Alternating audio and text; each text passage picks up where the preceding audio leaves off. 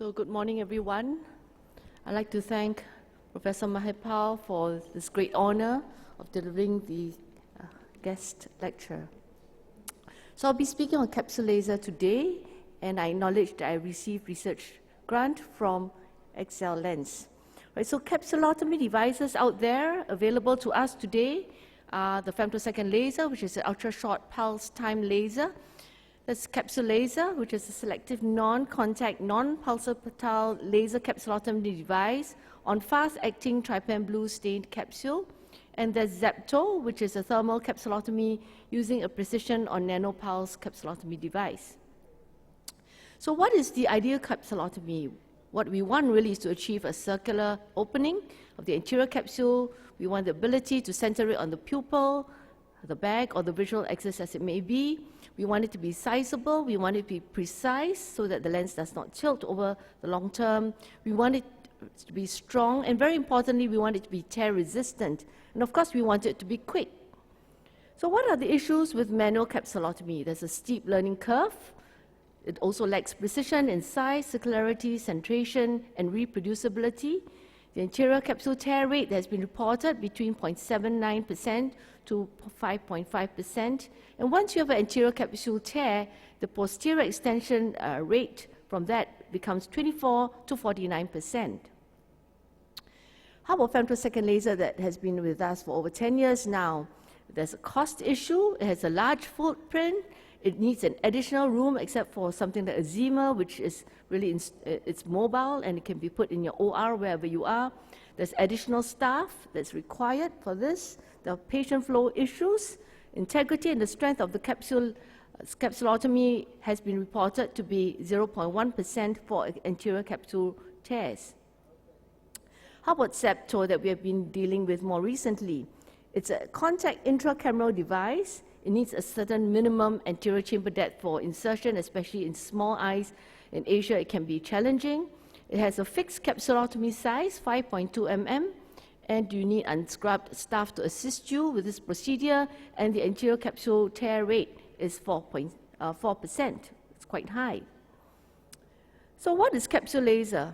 This is a selective laser capsulotomy device that delivers orange wavelength laser energy, which is absorbed by trypan blue stained capsule.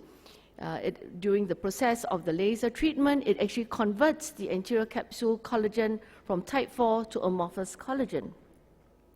So what I'm going to present to you now are the findings that have been published in the British Journal of Ophthalmology. It's a EPUB. So the aim of the study was to compare the relative threshold forces to initiate an anterior tear for capsulotomies formed by the selective laser capsulotomy of the SLC, the manual capsulorhexis, and the femtosecond capsulotomy techniques. So there were actually 3 study groups in order to compare between the SLC versus the manual CCC, the CCC versus the femto-CCC, the FLACS femto-CCC versus the selective laser group. So we had actually pairs of phakic age-matched cadaveric eyes that were acquired within 72 hours post-mortem. We removed the cornea and the iris, and then following capsulotomy treatment, the lens nucleus was hydroexpressed and the cortex was aspirated. The capsule was then treated with one of these 3 treatment modalities for capsulotomy, either the SLC, femtolaser, or the manual CCC. Then we used this device here and plotted the load extension curves using this device called the Instron mechanical tester. So actually you can see a rim here in which the capsulotomy fits in, and it is slowly put on a stretch, and we are able to measure the parameter at which the capsule gives way. Right? And also this is actually stretched by a load, and we measure the load that's applied to it. And following this, the capsulotomy rim structures are evaluated using scanning electron microscopy. So when we compared pairwise between the laser, selective laser capsulotomy versus the manual, looking at firstly the parameter stretch at which the capsule ruptured, and on the right here, the threshold load that was applied, we found that the selective laser capsulotomy was significantly higher than CCC for both parameters of the parameter stretch and the load. Comparing between manual CCC versus the femto CCC, the threshold load of all 10 pairs with the manual CCC exceeded that of the femto, but this was not significant for the perimeter stretch. When we compared between femto capsulotomy and the selective laser capsulotomy for perimeter and stretch load, we found that the SLC was significantly superior to the femto for both the increased perimeter stretch and threshold load, and you can see clearly there's a great difference between the two. And very interestingly, when we look at the scanning electron microscopy findings, we are familiar with a curvilinear capsulorhexis created manually, a smooth tear here, that with the femtosecond laser, you can see actually little spots here that are representing regions of aberrant holes from the scatter of the femtosecond laser applied to the capsule. And here, interestingly, it's so different to look at the selective laser capsulotomy treatment. We saw a doubling of the edge thickness, a rolled over folded edge, and the edge presenting was actually a smooth edge. And what really was happening here was that there was a thermal change of type 4 collagen to amorphous collagen, right? So you can see there's actually a change here, and this actually contributed to the increased elasticity that we see with this capsulotomy. So when we look at the relative tear strength relative to the manual capsulorhexis that we're familiar with, the femtosecond laser actually was 70% of the strength of the manual CCC, and the CapsuLASER actually was 150% the strength of the standard manual CCC. So you can see you can place this on stretch between two retractors, and this does not easily rip. So you can see here, courtesy of Berhardik from Germany, just placing two instruments here to stretch the capsulotomy created with this selective laser, and you can see it has not broken. So that means that you can actually prolapse the nucleus, you can do a lot of maneuvers, accidentally hit it, and yet it is safe. So what does it look like? Well, we have had the privilege of using this in the Singapore National Eye Center. It is compact. This is all that the laser is.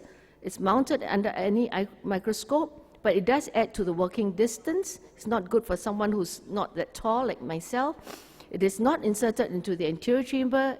Its capsulotomy is stronger than that of manual CCC, which is really the best thing about this treatment. The centration is not automated, and you have to look at the Purkinje reflex to center this on the visual axis. Patient flow is not an issue because it's just a step within your surgery. It's attached to the microscope. It's more cost-effective than femto, but costlier than Zepto. So there is a console in which you can control the parameters. The capsulotomy speed is not the fastest, it's 0.3 seconds. The fastest really is Zepto, 0.004 seconds. This is what the console looks like. You are able to vary the diameter of the capsulotomy from 4.5 to 5.5 mm. It's adjustable in 0.1 mm steps. It's consistent, it's precise. The shape is always circular. Sometimes Zepto, we can get oval type of capsulotomies. Interestingly, it cuts actually in this manner, all right? It starts slightly within, and then it has an overlap. It starts with a lower energy, and then the energy ramps up higher, and finally comes one round. And this is in order to treat complex cases like intumescent lens. It's a precaution against patient movement.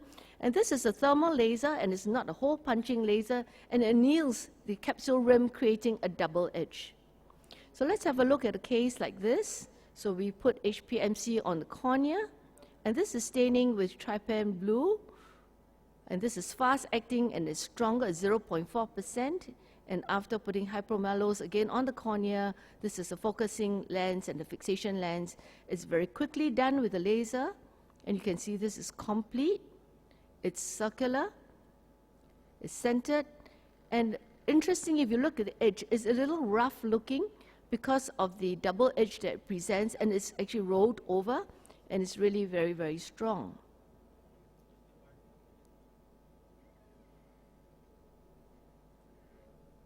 So you can see it's really very nice. It stands out, especially since we have stained the capsule.